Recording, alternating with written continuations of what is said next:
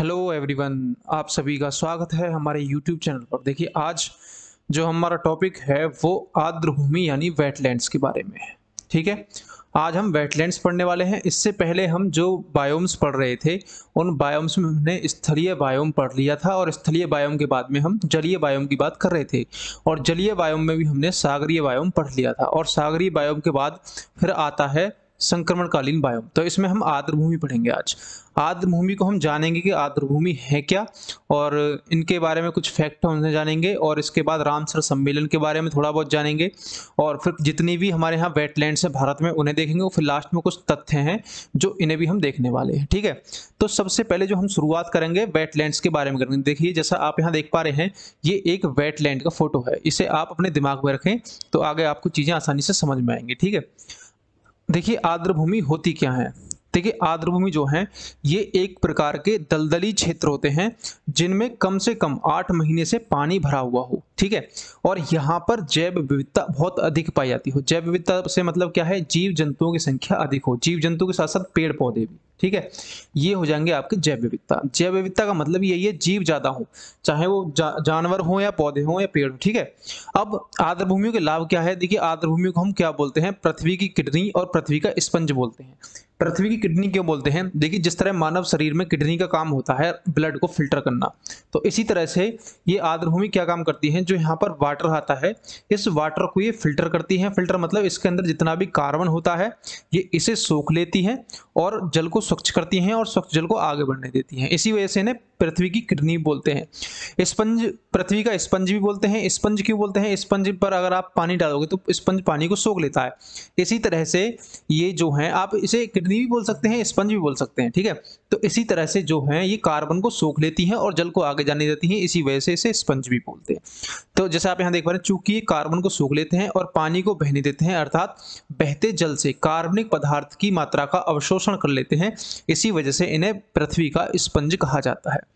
देखिए, यहाँ पर आप एक बात देख पा रहे हैं, ये बहते पानी से मलबा सोख लेते। जो मलबा आएगा, जैसे मान लो बाढ़ आई, तो बाढ़ जो आएगी ये बैरियर का काम करते हैं एक तरह से। जैसे आप इस फिगर में देख पा रहे हैं, चित्र में देख पा रहे हैं, यहाँ ये जो जमीन है इसके अंदर अंदर ये बैरियर का काम करती है और जो बाढ़ आती है, पानी आता है, उसमें से ये किसको, मलबे को रोकने का काम करते हैं। तो इसी तरह ये स्पंज का काम करते हैं, अर्थात बाढ़ के जल और अपशिष्ट पदार्थ को सोख लेते हैं। इसके आसपास के स्थानीय लोग इसके पानी का उपयोग किस लिए करते हैं, सिंचाई में इसका प्रयोग करते हैं। ठीक है, यहाँ अत्यधिक जैव विविधता पाई जाएगी और जैव विविधता पाई जाएगी तो यहाँ पर खाद्य श्रृंखला भी अधिक होगी।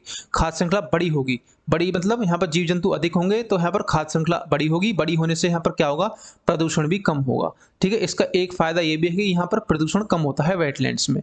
ठीक है, अब आर्द्रभूमि जो है पर्यावरण का एक महत्वपूर्ण घटक है, ये आपको समझना चाहिए और इसका हमें संरक्षण भी करना चाहिए। अब इनके संरक्षण करने से संबंधित कुछ एक सम्मेलन हुआ था रामसर में। ईरान का एक शहर है रामसर। रामसर में एक सम्मेलन हुआ था 2 फरवरी 1971 को। इसी को रामसर सम्मेलन के नाम से जाना जाता है। इसका मुख्य उद्देश्य क्या था कि वैश्विक स्तर पर यानी ग्लोबल लेवल पर आर्द्रभूमियों का कंजर्वेशन करना या फिर संरक्षण करना और नई आर्द्रभूमियों को चिन्हित करना, उन्हें भी कंजर्वेशन प्रदान करना।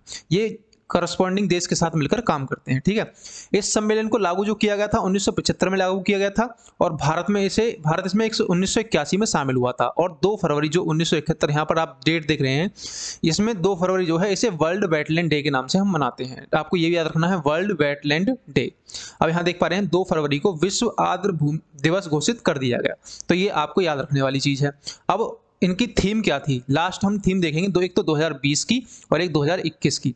तो 2020 की जो थीम थी वो है वेटलैंड एंड बायोडायवर्सिटी यानी आर्द्रभूमि और जैव विविधता, और 2021 की जो आर्द्रभूमि की थीम थी वो थी वेटलैंड एंड वाटर। आपको ये भी याद रखना है, आर्द्रभूमि और जल। तो आप ईरान के रामसर सम्मेलन से कुछ समझ पाए होंगे कि ये किस लिए किया गया था।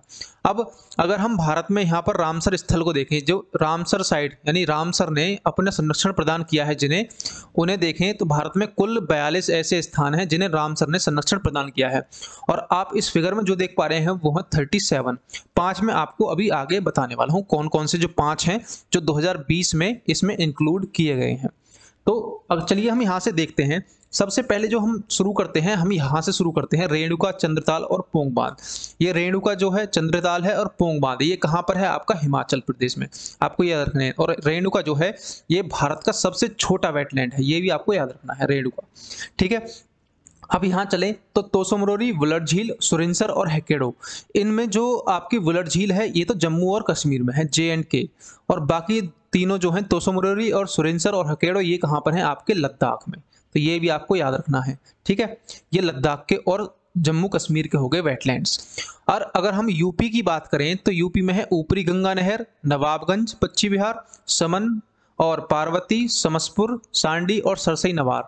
तो ये आपके 7 तो यहाँ पर हैं, एक इसमें और ऐड हुआ है 2020 में, उसे हम आगे देखने वाले हैं।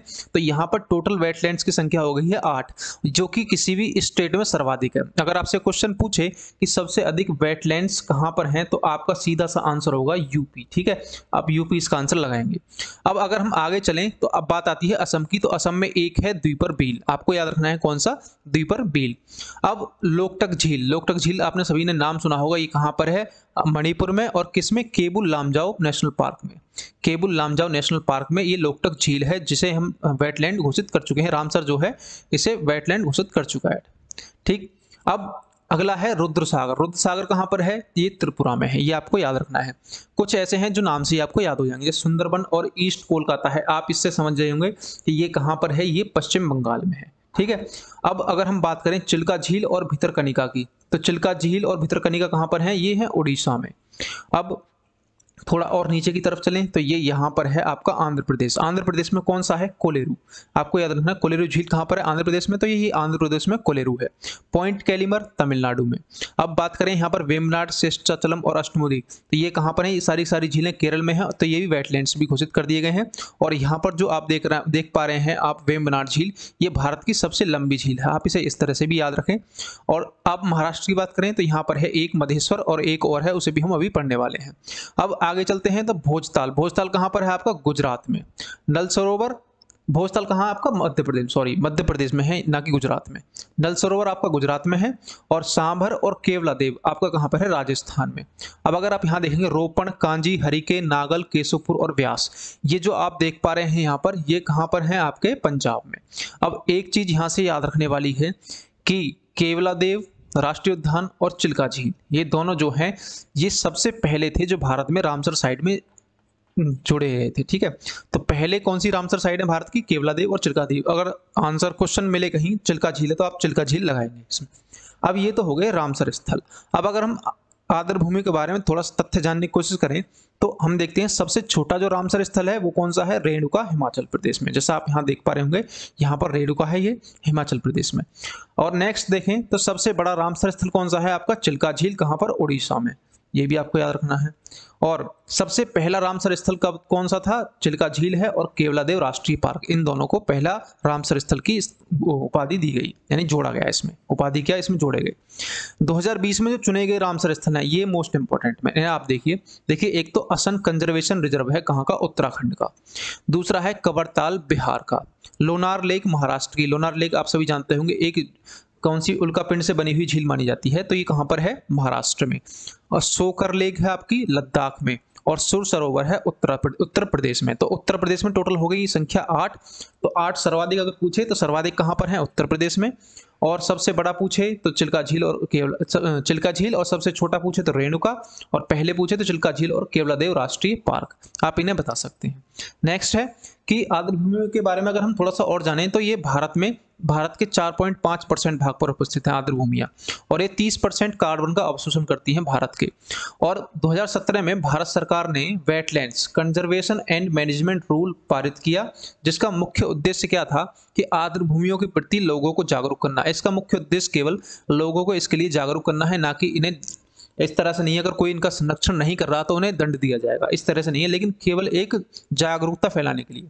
और इसके द्वारा राज्यों की भूमिका को बढ़ाया गया है कि ये इनके कंजर्वेशन पर और विशेष ध्यान दें। ठीक है, तो ये कुछ आर्द्र भूमियों से संबंधित तथ्य थे। उम्मीद है आपको ये वीडियो अच्छी लगी होगी। अगर अच्छी लगी है तो वीडियो को लाइक जरूर करें। अगर आप चाहें तो इसका स्क्रीनशॉट भी ले सकते हैं। ये यहाँ पर मैंने 37 लिखे हुए हैं, 5 आगे जो पीपीटी में मैंने आपको दिखाए थे वहाँ से आप नोट कर लें, उन्हें यहाँ पर लिख सकते हैं। तो ये आप सभी को याद रखने हैं। टोटल भारत में पूछे कितनी रामसर साइट है, तो 42 है। ठीक है, आपको ये चीज़ याद रखनी है। चलिए मिलते हैं आपसे अगली वीडियो में, तब तक के लिए नमस्कार।